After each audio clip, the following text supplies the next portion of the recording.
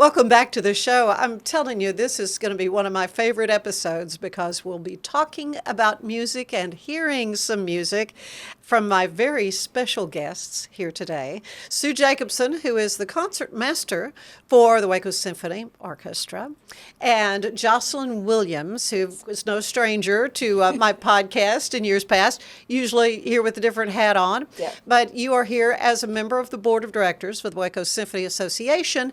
You are the vice president of education and community engagement. And that's what we're going to talk about today. Sue, I know this has been something on your heart for a long time to get the symphony into the community. Yes, very much so. That's my passion. I want to, so many times people can't always make it to the symphony for any number of reasons. And that's, not an excuse for us to not bring the music to them. And so that's my long-term goal, is to bring the music into the community. Yeah. Well, and what you do together, you as a classically trained flautist, which means she plays the flute, and you go into area facilities and work with people using music as a tool for healing. Let's talk about that. How does all that work?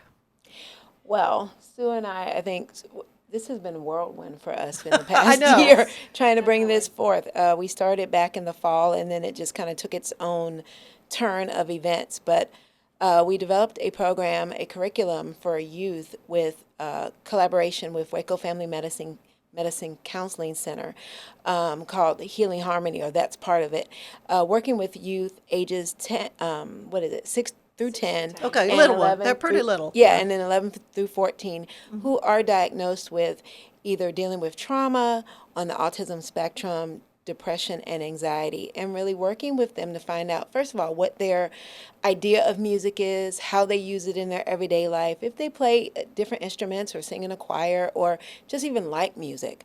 And then we introduce them and talk to them about different ways that they can use music in their everyday life or consider using it for coping mechanisms, for whether it's through just listening to it to calm down or to feel happy, and or to even do outreach with helping to other people to look at music in that way. So what has this meant to you to be able to do this kind of thing? And is this the first opportunity you've had to participate in something like this, or is it something you've been familiar with before? Yeah, so your second question. I have been involved with outreach kind of like this in a different community for several years. So when the opportunity came up here in Waco to take small groups into medical and facilities and memory care, senior facility settings, it was already very familiar to me. So you asked what it's meant to me. I think for both JOCELYN and I think this is part of the reason why this has worked really well for the two of us. We both have education in our background.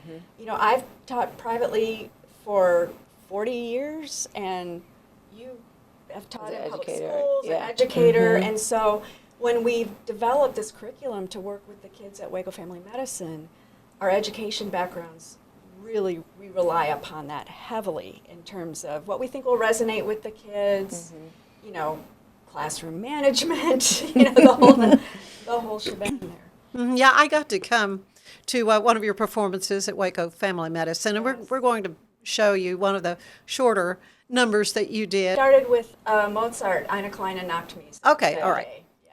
Well, and then some other things that people know, Over the Rainbow, and The Sound of Music. Yes, from Broadway. So, a variety. You do a variety. And you were in the foyer, and of course there are little kids.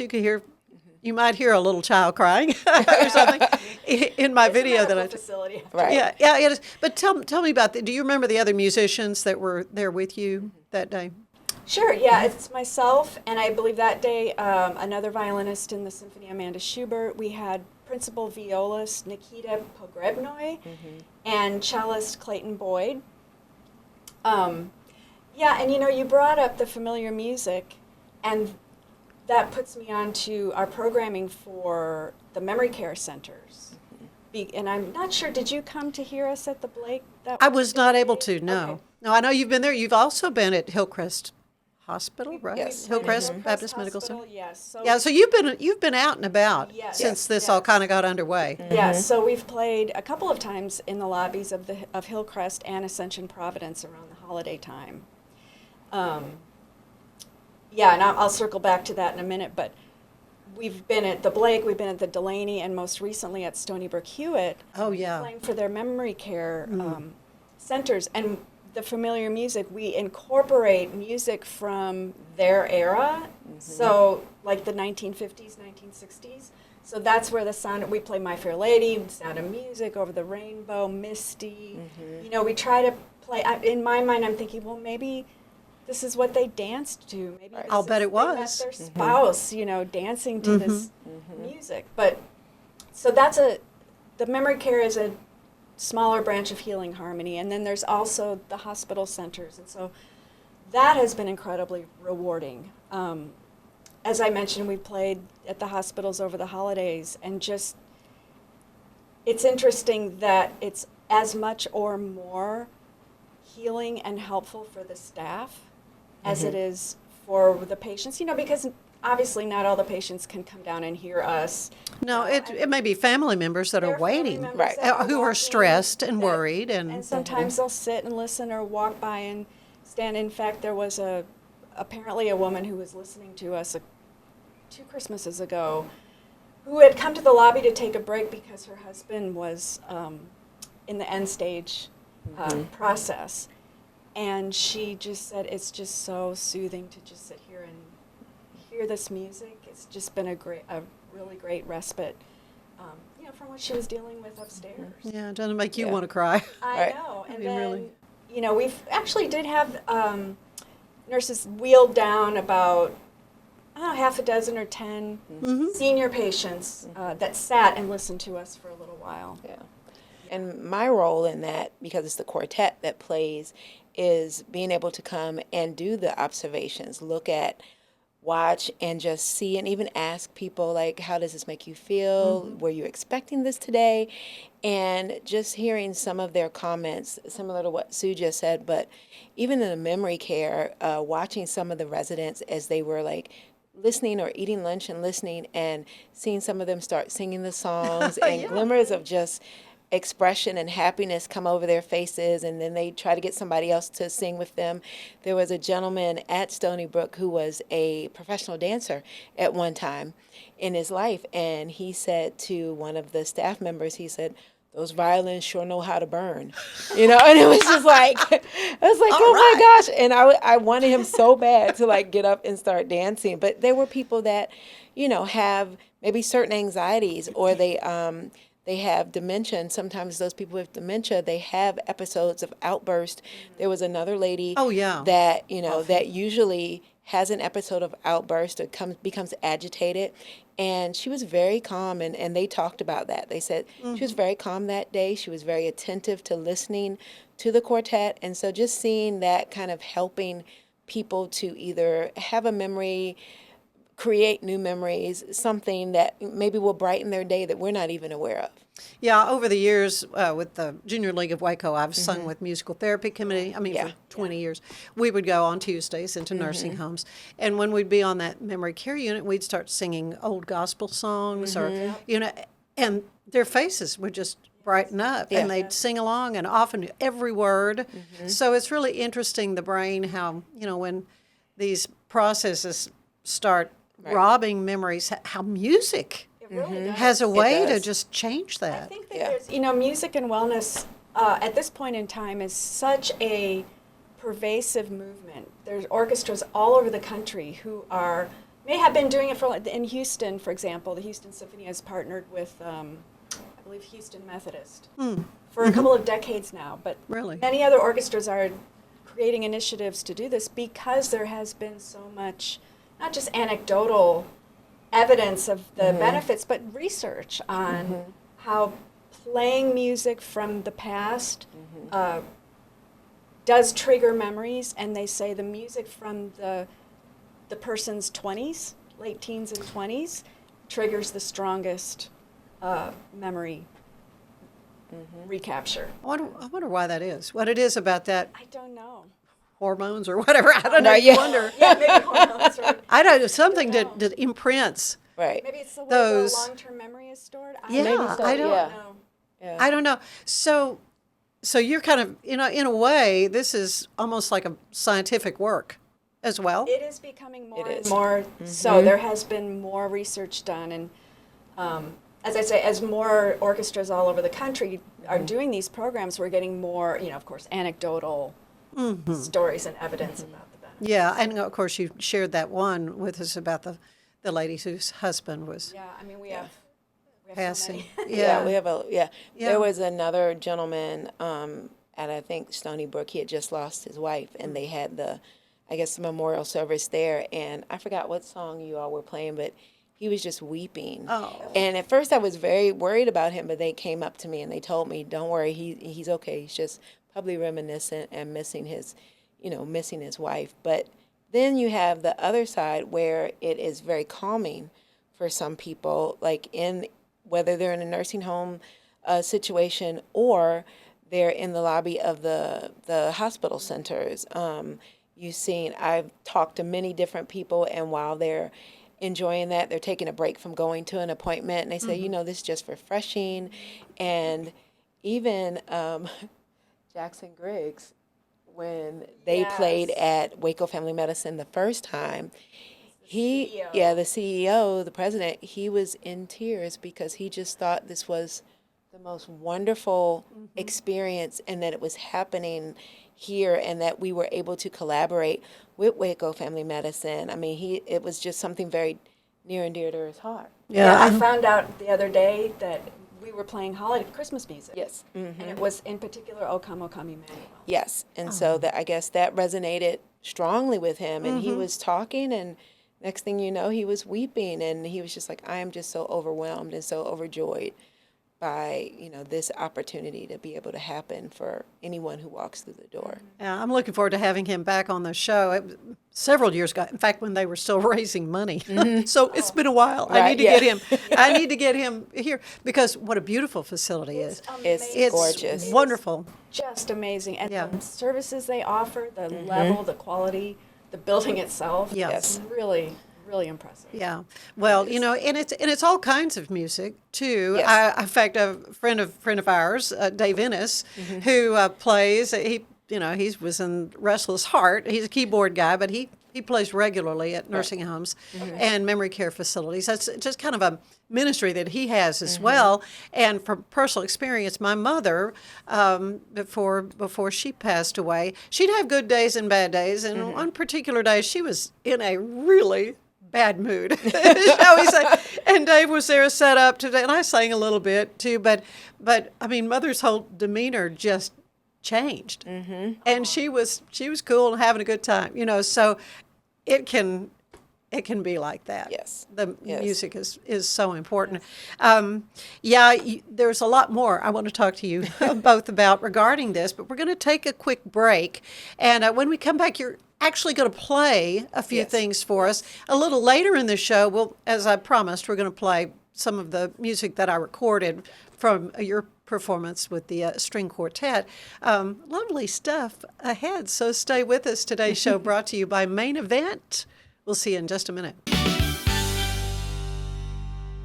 If I've learned anything in the last year, it's that to show up as my best, I need to make intentional choices. And that goes back to the absolute basics. Number one, it's I have to move. And number two, to stay hydrated. I have been using molecular hydrogen from Water and Wellness to support my health and well-being. It helps with energy, recovery, liver health, and more. The hydrogen has been a game-changing addition to my own wellness routine. The tablets dissolve into my water and deliver powerful minerals to help my body feel its best all day long.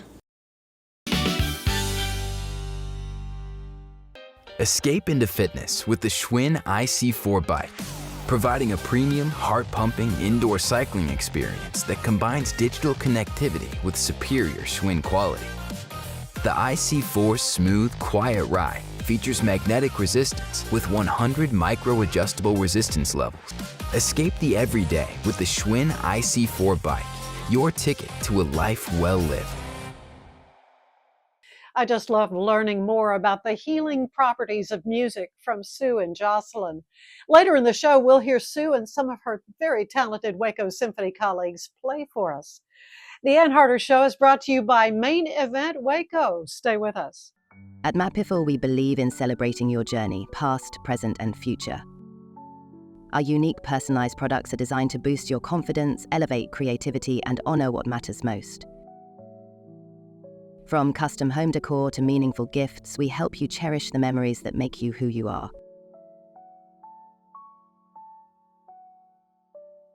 Visit mapiful.com and start celebrating your story today. Today's show is brought to you by Main Event Entertainment Center. They've got it all. They've got bowling, virtual reality, laser tag, billiards, shuffleboard, and more. And if you mention my name, Ann Harder, when you're booking, you get double arcade play free. And if you book by July 24th, your guest of honor will play free. For your next main event, it's Main Event, 2420 Creekview Drive in Waco, right next to the Cinemark Theaters. And we're back with the wonderful Sue Jacobson, who is the Martha G. Beard Chair, as the concertmaster of the Waco Symphony. We got to get these names in because it's important what she did. And the wonderful JOCELYN Williams, who classically trained as a flautist. My first chance to hear you play. I've been looking forward to hearing you play. Of course, heard Sue many times with the Waco Symphony, and we're going to talk a little bit more about your symphony activities, performing as well. But what you're going to do now is just show us some examples of some of the things you do with the children. Yes. And how these different tunes that'll be familiar to you, maybe, or not, but how that helps them. Yes.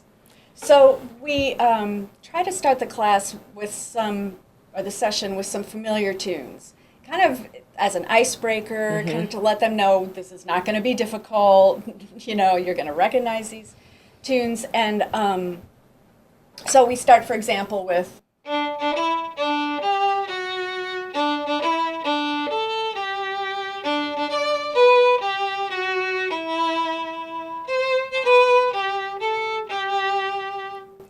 and ask them what memories does that evoke, how do they respond, how do they feel when they hear that? Do they know the song? Do they know the song? Do you know this song? Yeah, do you know this song? Know the name? Yeah. And then we take it from there. We take it a little levels. Right, from kind of something very incrementally, easy to something that's a little bit more, of course, has that classical undertone and say, hey, do you recognize this?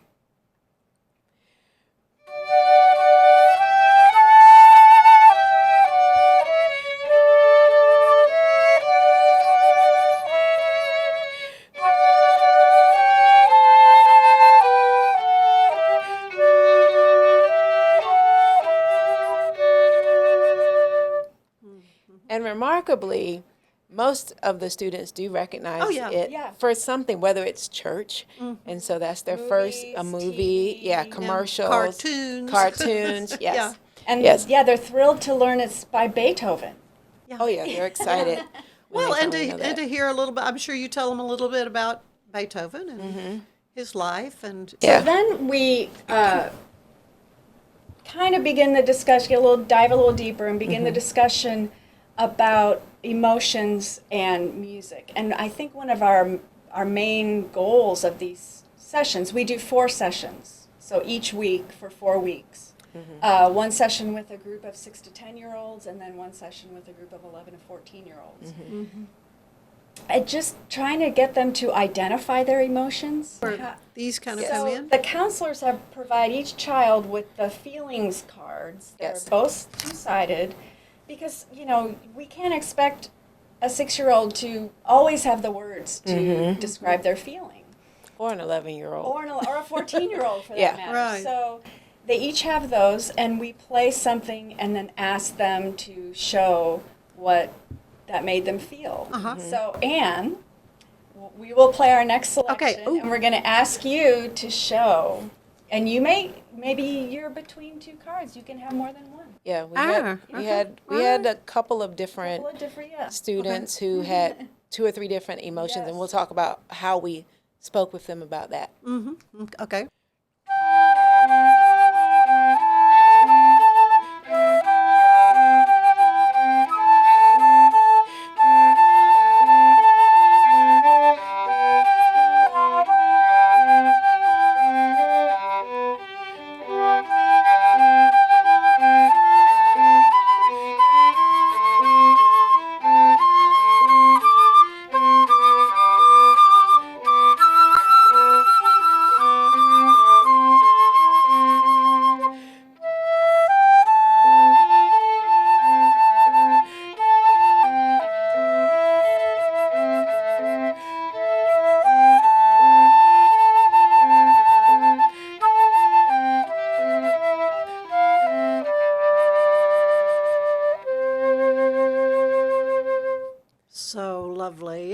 calming. Yes. To So me. you had a couple of Yes. different. I what did was- 2 different ones, yeah. So you want to explain those to us, or Well, when they bubbled up for you? I'm or- trying to think, what did I say? Calm. Yeah, said I yes. said calm because, of course, just Well- the Well, we what the talk right about- well, so we term talk is about for where that is in my hearing, my Right. pitch, as opposed to you're not playing a tuba. Right. You know, Yes. okay? Right. So yeah, it's So calming. the sound of the two and instruments. the rhythm was such that it has something to do with the heartbeat and all that.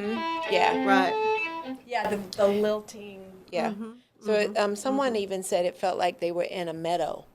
Yesterday, the other day at our first session with the students, they felt like it was in a meadow. And that, like if you're watching a movie and you see the grass, the high grass kind of swaying. Oh, yeah. That's the way they kind of felt that lilting Yeah. part go. Yeah. And at my stage in life, the more calm I feel, I can fall asleep. Right. Well, and Just we saying. did have a lot of tireds. You have a lot of time. We did. There were a lot of tired, and we were like, well, what is making you feel tired? Well, because, it's something that I might listen to laying down, or Right. it just kind of calmed me enough that, or they were saying it's at the end of the day, I've been at summer camp, or I've been here and there, Yeah. and now I'm tired. So what time of the day normally do you do this? One mid-afternoon. So after lunch. Mhm. Yeah, so Yeah, after this lunch. is what I've noticed over all the years of doing children's symphony. When we have 4th, 5th, and 6th graders coming in to the Waco Hall to hear Baylor Symphony, as in this course is something that the Waco Symphony Council has done for many, many, many years. And of course, that first concert, the kids are like this. yeah. But that 1 o'clock show, Yeah, as the day goes quite a few on. of them Yeah. that Either have or gone they're- out. They're squirrely. Yes. And, Yeah. to act out a little bit Well, our Right. first pilot that we did was back in the winter. in February. Yeah, in February. And that was at the end of the day, like around 3 or 4. It was actually like from 4 to 5. Oh, my. And so you could tell a difference there. We had a good group, though, that after they got kind of familiar with both of us, they started talking and acting out, participating more. But at first, it was very much silent and using a lot of the cards and just holding them up. Okay, so what do you have now for us? So we try to also employ a couple of different activities. For example, in February we took a class and I think we used Beethoven Für Elise. We provided some paper and crayons and let them draw. That's what interesting. the Yeah. Für Elise Yeah. represented for them. Right. And what was really, really lovely about that was, they sit in a circle on chairs, and so they started off, and I kind of said, hey, if you want to get down on the floor so you can color more easily, fine. Yeah. They all started in the chairs, but by the end of the exercise, they had all clumped into the middle, closer and around each other, and just were more in community, by the end of the exercise, and that was really Yeah, and that's another melody that is very, very much so. lilting and familiar, Right. to Yeah, it can to a be, lot of to a lot of people. We played it as a duet, but then we also played the Played recorded the music. actual piano. Yeah, so Oh, they okay, could, yeah. they could hear Yeah. that. But it was, most of these students do not know each other when they walk through the door because they're in the counseling system through Waco Family Medicine. And so it might be individual counseling sessions, or they could be in groups, but they may not be in the same group. So some of them are meeting each other for the very first time. And then you could see kind of that camaraderie happening where they were even sharing information like, oh, I see you use that color, I see you use this, where in the beginning you didn't really have that kind of conversations going on or even closeness. They all kept in their own area, their own personal space. But then you saw it start to gradually come together. How do you explain that? What do you make of that phenomenon that they just kind of came together? Music might serve as a distraction, so they're not focused on each other, and because they are doing this common activity, maybe it makes them feel a little less self-conscious. Yeah. Also, all the crayons were in the middle of the floor. Right, yeah, and then it goes there. Yeah. To get to the crayons, but still, they could have grabbed the crayons and gone off and retreated to their corners. Right, yeah. Yeah. But so the other activity we do, because they are children, is movement. And we'll play this example, but I'll let you tell the story of why we have this particular. Okay. Should we play it first and then? Okay. Okay. See So we're if, starting see if here. people know it. Okay.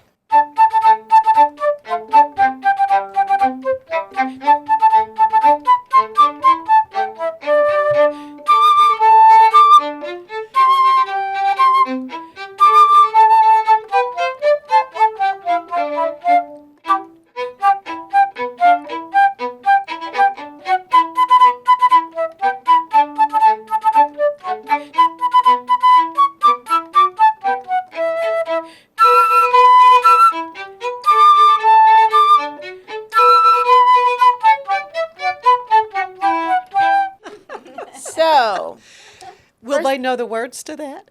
I hope not. But Maybe not.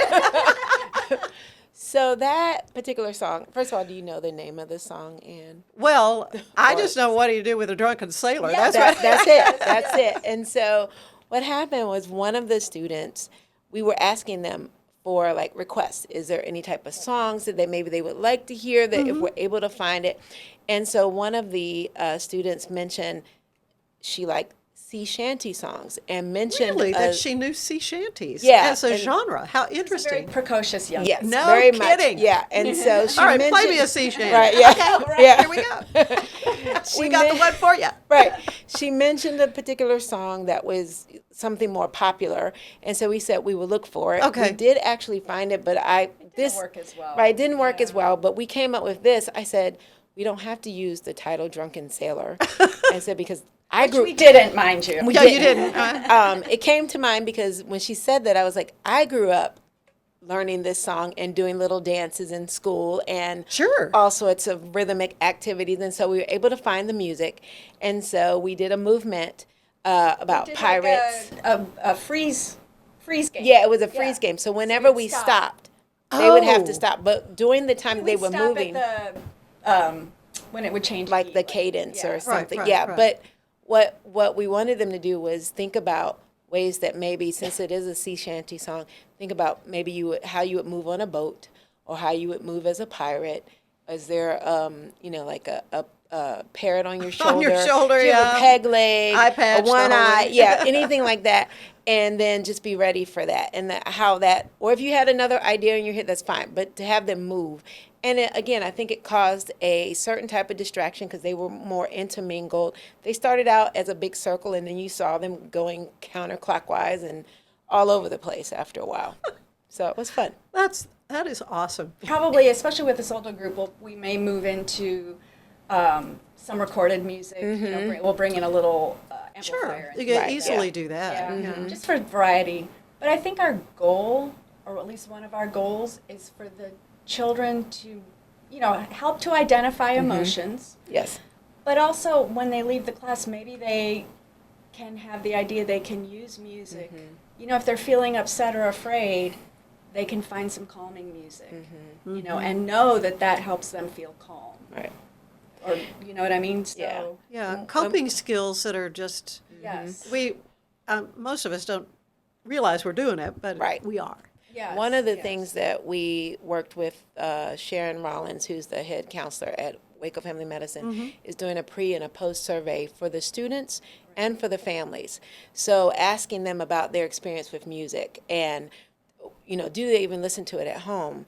We had one particular family who the children play different instruments, taught themselves, like really how to play these A instruments. lot of these kids, they use YouTube tutorials. Yes. So, and that's what they Yes, said. I use yes. YouTube tutorial to learn a little piano, a little violin, or whatever. And so we're like, well, are you taking lessons, or are you doing this at school? No, I just asked for the instrument. My parents got it for me, and then I started teaching myself.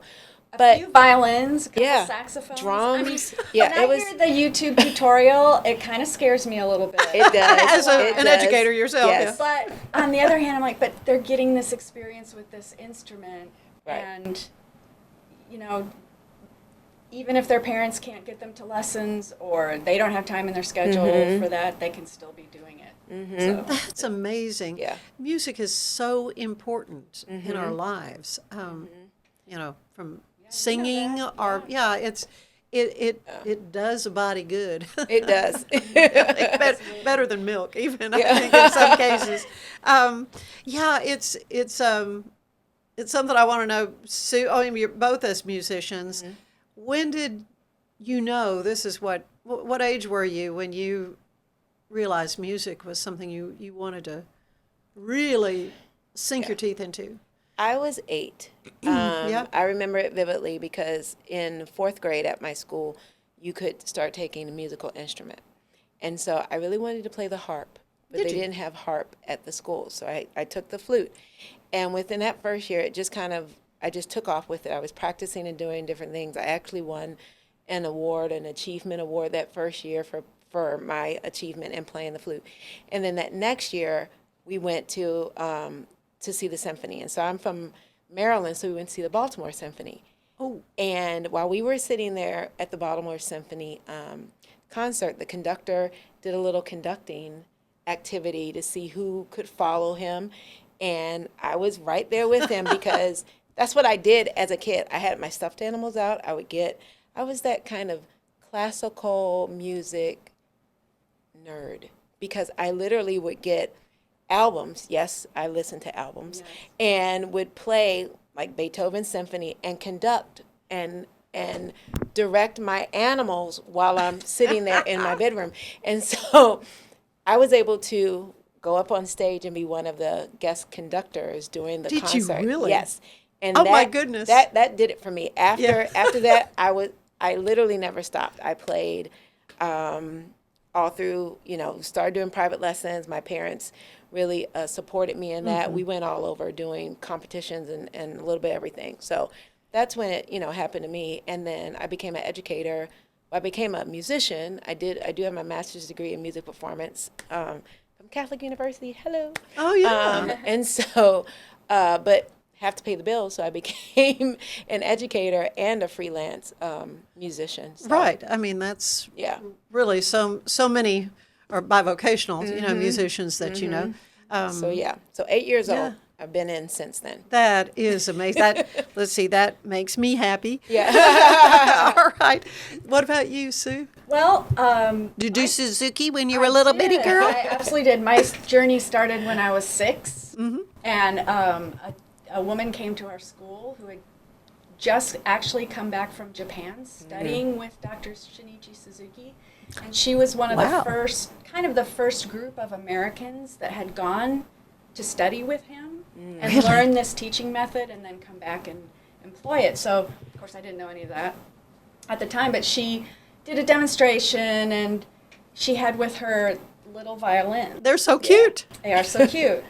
And she held one up. She says, okay, raise your hand if you think you want to take lessons. And I mean, my hand went straight up because I saw that little violin. I thought, that is for me. I want to do that. And then I would say around 8 also. So I started in the Suzuki method very strictly. Had a great start in terms of establishing technique and all that. But now I think it was around 8, and I remember it was either a relative or a neighbor or somebody asked me what I wanted to be, and I said I want to play in an orchestra. And that goal has kind of come and changed and morphed a little bit throughout life, but here I am playing in orchestras all over Texas. Yeah, not just one. I was going to say, you played for the Fort Worth Symphony and Temple. Fort Worth a lot, sometimes full time. I'm also concertmaster of the Temple Symphony. Right.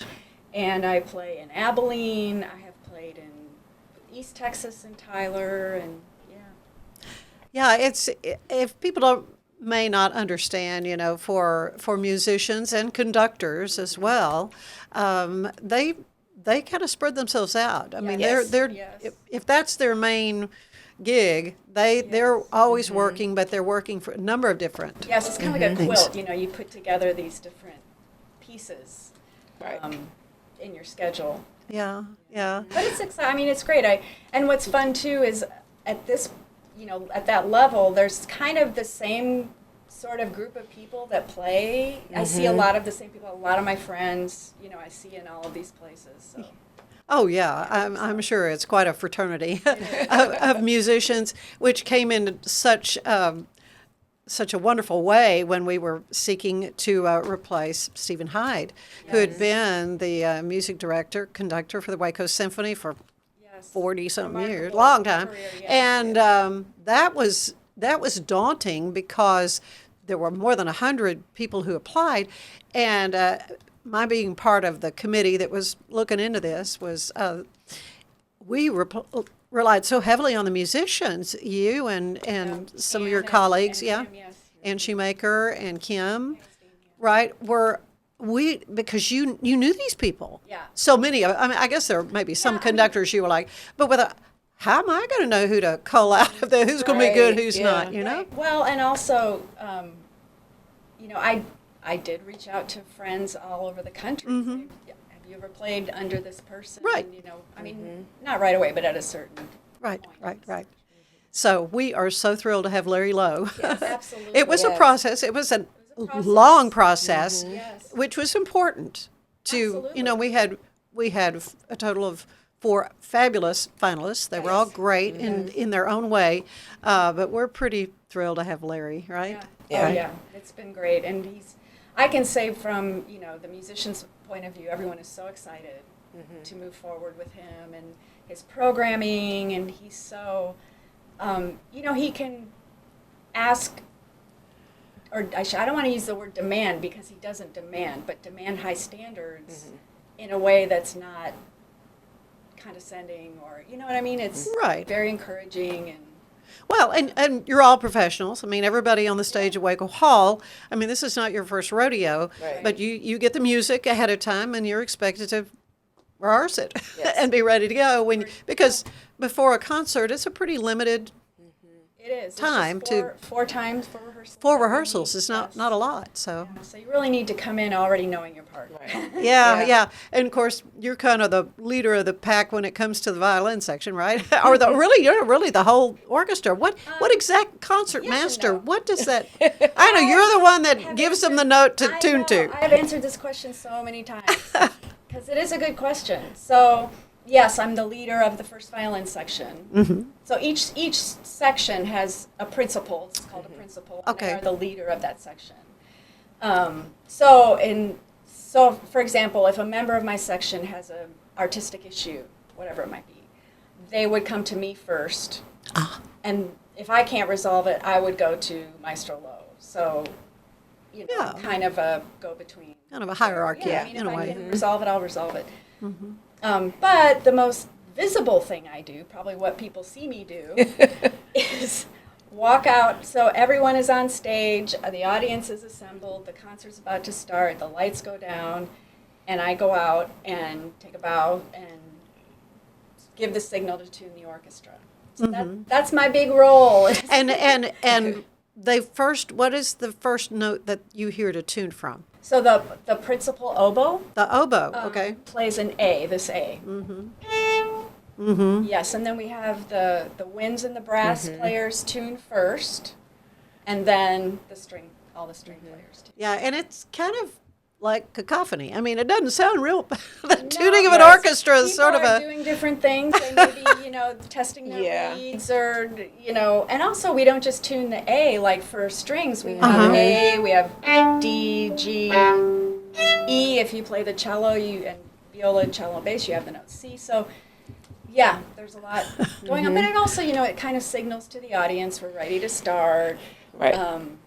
Yeah, I was going to say that is major. Like, you might see it as this, and it is major on the audience side because they're realizing, oh, the next person to come out is the conductor or soloist or whoever. And so when they see you, it's like okay, clap. Be quiet, get yourself ready, you know, come sit down quick. No, it is. I can see people and they're kind of, you know, hustling. Right, yeah. But I have to tell you, so I'm backstage before all this, and it's pretty empty back there. I mean, you've been back there. I've been back there. Yeah, there's not a lot of people to talk to. And the maestro might be off in his world preparing. Right. And, you know, so it's a I lonely have world. had face-to-face conversations with some of our solo artists. Oh, great. Henry Winkler. Oh, man. Yo-Yo Ma. Oh, my gosh. I know. I've had a few minutes with both of those guys and many, many others too. So that's kind of cool. That's your backstage perk that no one knows about. Backstage perk, yes. Yeah, Gil Shaham Gil Shaham, he was amazing. the nicest person ever. amazing violinist. And so my husband was back there too. It was when I was president of the board, so I was going to go out and greet everybody. And they were talking baseball. It was anyway. It was just it was hilarious. He is a pro at dad jokes. Oh yeah. Yes. Yeah. Well, and I think it's important people understand, that going to the symphony is not this stuffy, boring. I mean, it's anything but that. I think people saw that with Jurassic Park. Yes. What was that like for you to play in the orchestra with the movie? Oh, it was great. I have had the opportunity in Fort Worth to play several movies. Right. Black Panther, Star Wars, Home Alone. Oh my gosh, which yeah. will Yeah, it's coming up Right, this fall, yeah. Pirates of the Caribbean. I mean, several of them. And they're really exciting, and I think one of the best parts for us is not only is it's a very full crowd, but a lot of people may never have been to the symphony before. I know, because they came to see the movie and hear the orchestra. Right. Yeah. And I have to say, you bring up it shouldn't be a stuffy experience, and I couldn't agree more. I mean, people like to dress up. Maybe it's their special night out, Right. maybe it's a date night. But if you come in jeans, Yeah. we don't care. It's fine. We Yeah. just want you to hear the music and experience the live music and the joy of the experience. Well, and that's what I appreciate about Larry Lowe, our conductor, that, often in a major work, there'll be movements. And typically, you come to the end of a movement and you start the next movement. That's not the end of the show. So Right. there'll be one random person out there clap yeah. because you've That's kind of you've kind of stopped. And you Right. think, Yeah. he said, I don't care. If people want to clap. I mean, Right. that kind of attitude is so refreshing. Yeah. Yeah, it takes the stigma off of Yeah. what classical music or symphonic music or the orchestra is really about. It makes it so that it does feel inclusive and comfortable for everyone. And so, like I say, if you want to clap or stand up, do that. It's amazing. I've been to some concerts like that where they do encourage that with the orchestra. It could be a vocalist, and so Oh, yeah. if it hits you in that way, and you have a moment, you got to stand up and clap along, sing along, do it. Yeah, next season, some exciting stuff coming Yes. ahead, and we'll be talking more in the coming days on this show, in particular about. But there's some Broadway singers Yes. coming Yes. on, and you mentioned there Home are. Alone. Home Alone, Yes. the movie, is going to be happening in November, I Yes. believe, Thanksgiving and so weekend. yeah, right before the Christmas. It's Yes. still going to do Nutcracker. You playing Nutcracker, I guess. Yes. There will be one performance of Nutcracker. Yeah. Yeah. Anyway, so much we could go on, and of course, this is kind of my passion. If people have been familiar with this show and for any length of time, they know I'm kind of sold on the Waco Symphony. There you go. And I think the Waco Symphony is going to have a little role in the Ann Harder show as we move Okay. along. To continue Yay. to have that presence. Such an important part of what makes Waco great, though, is to have these cultural entities thriving, which I'm happy to say the Waco Symphony Orchestra is. Yes. So this is a wonderful aspect of it, and that's what's thrilling for me is to see how you're out in the community, but it takes money to do this. So there is a way for you to donate. You want to tell folks how? You can go on the website, and just shared. You just shared. Yeah, it's at kind of Waco how that- Symphony, WacoSymphony.com. Yes, so WacoSymphony.com. Yeah. And there is a Waco Symphony and the community. So if you click on that, it'll give you a variety of different things of events and other community. And then it will also talk about ways that you can donate. Right now, I know for this coming year, the Waco Symphony Council, which is the fundraising arm of the Waco Symphony, will be helping to promote not only their membership for season ticket holders and just for the general community. So that's another way that you could be involved within the Waco Symphony. But a portion of the membership will go towards the Healing Harmony program. And so we're excited about that. But most of our funding comes either through individual donors or grants that we have applied for, right. and we have worked so well with some of the grant writers within Waco Symphony and with Executive Director Carolyn Bass, who has been like a major support. I mean, anything that we've gone to her and asked about or had a conversation, she's like, we're going to make it work. We're going to do what we need to do. Yeah. Yeah, those are her Yeah, words. We'll I make was it going to work. say hats off to Carol on how Yes. hard she works and what a Yes. wonderful job she's doing for the Waco Symphony. Yeah, I'm excited about the upcoming year and what you all are doing, and you'll continue to do this through the summer. Is that the plan? Yes. We will be playing, well, we'll finish out our next weeks at Waco Family Medicine with counseling. Right. I'm in the process now of scheduling memory care performances, and we hope to play again in the lobby of Providence and Waco Family Medicine.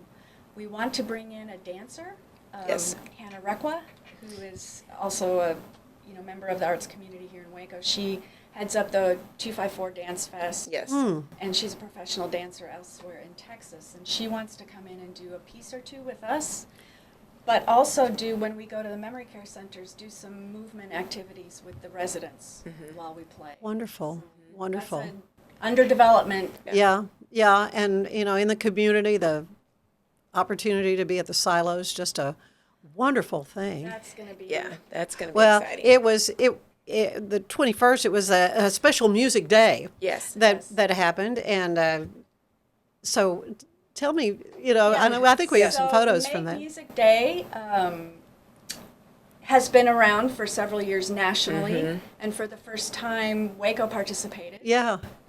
Creative Waco kind of spearheaded that. So we had an opportunity to play at the silos. Yes. In the chapel, that the beautiful chapel. chapel. It's so lovely. Gorgeous. And the way it's set up with the wood everywhere, and it's just, it was... The acoustics were And fabulous. the way that it kind of came about was I'm good friends with Justin Rosalino, who works for Magnolia Foundation. Justin and I have been in conversation probably in the past year, maybe year and a half, talking about ways we can get music into the silos, and especially into that historic, beautiful church. I would walk in there during the holidays and just stand there and go, we need music in here. There's got to be music. And so we have been talking more about this. So when Make Music Day Waco came up, I immediately said, Justin, this is an opportunity. This is like a win-win overall community event, ways to get music in there. Waco Symphony is like, chomping at the bit, wanting to do something, a collaboration. And so we met a couple of times, been talking over email, text message, and we were able to make it happen. And both groups, Waco Symphony and Magnolia, were just so excited to have this, and hopefully that will lead to more partnerships. Yeah, first us of being many, able to- I hope. Yes, I yes. hope. I hope. Absolutely. Well, you ladies are just knocking it out of the park when it comes to music and how it's helping people, and how you're just making the world a more beautiful place.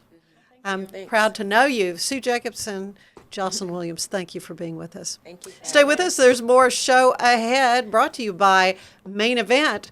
We'll see you in just a bit. Have you ever wondered why so many pet parents are choosing to have virtual vet appointments? Online veterinary care is making it easier than ever to get expert advice for your pet. Our professionals are not only experts in managing urgent concerns, but also in providing top-notch preventative health care. We're proud to connect pet owners to a vast network of licensed veterinary professionals, ready to address any immediate concerns and expand access to pet care. Book your first appointment today.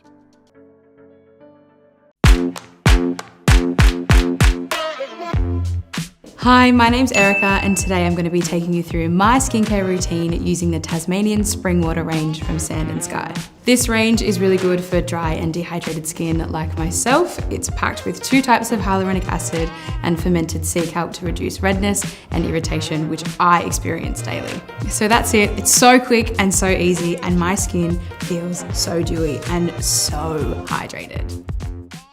Coming up, the Wino Wine Festival at the Palladium on Austin Avenue. It's from noon to 7.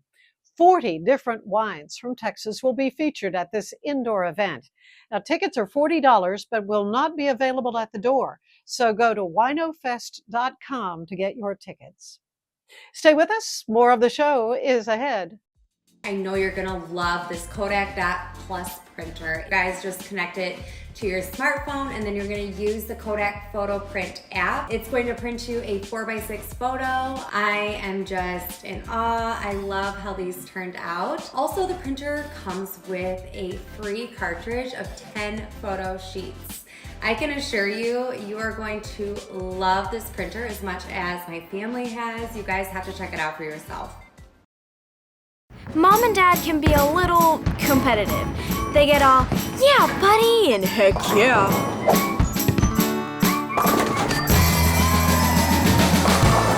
Lucky for them, Main Event has over 85 games and activities to play together, so they can get rematch after rematch after rematch. So do something awesome together.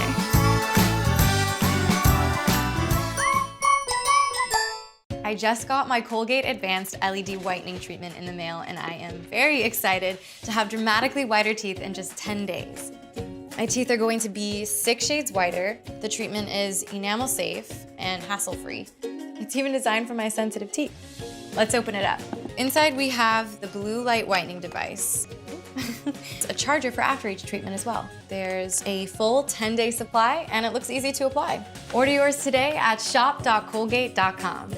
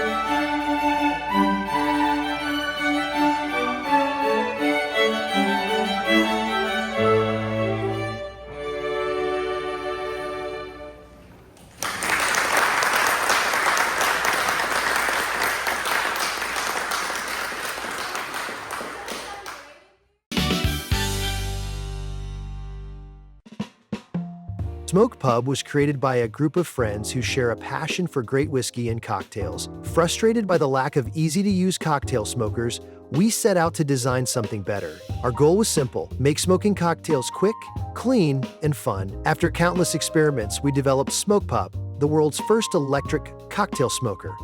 Join us on this exciting journey and discover the magic of Smoke Pub, where unforgettable cocktails begin. Explore unforgettable experiences with Force Travel. Experience the pinnacle of luxury travel with our exclusive global selection. From secluded villas to elegant train voyages, each moment is tailored for sophisticated exploration. As one of the most renowned and awarded travel agencies in the world, we are pleased to elevate your next journey to an entirely new level. Your extraordinary journey begins now. Force Travel. When you view the glass half full, the little things become magical. Like kicking back and sharing laughs, spread good vibes, and they'll come back. Celebrate what you love with what you wear, even if what you love is kind of weird. Life is good in super soft tees that spark smiles and connectivity. 10% of profits go to help kids heal. So choose optimism and make the magic real. Visit lifeisgood.com.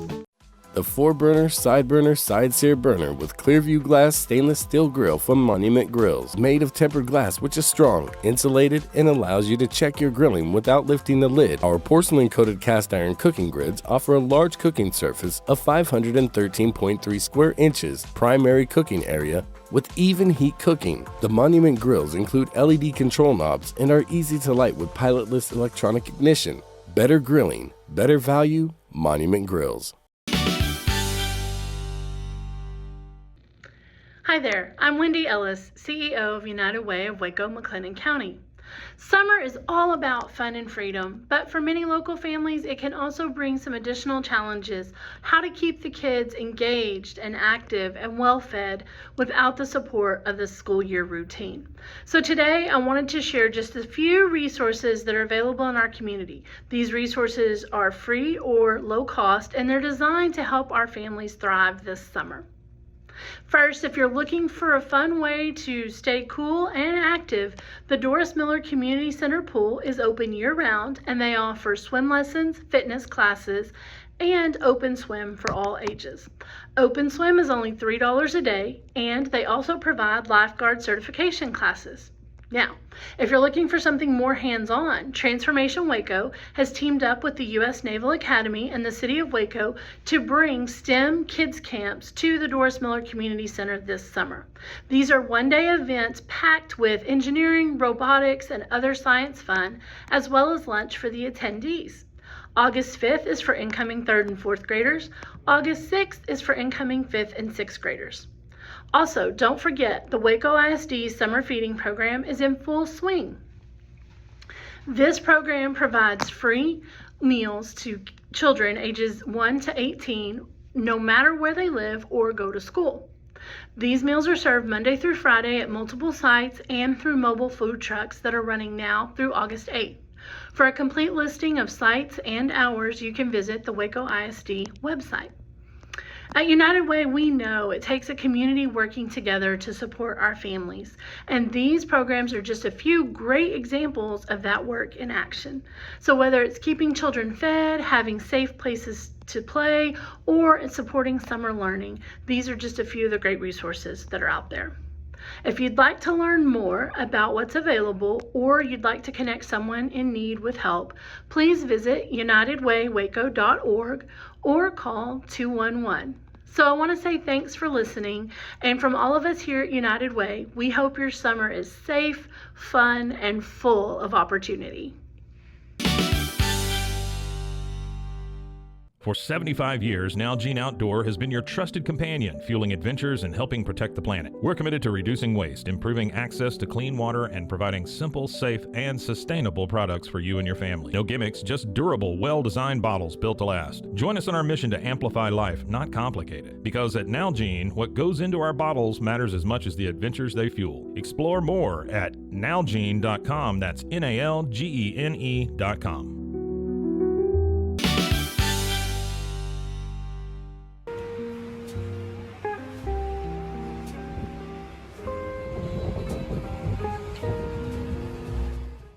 Tomorrow, we talk with award-winning author Brian Burrow about his new book, The Gunfighters: How Texas Made the West Wild.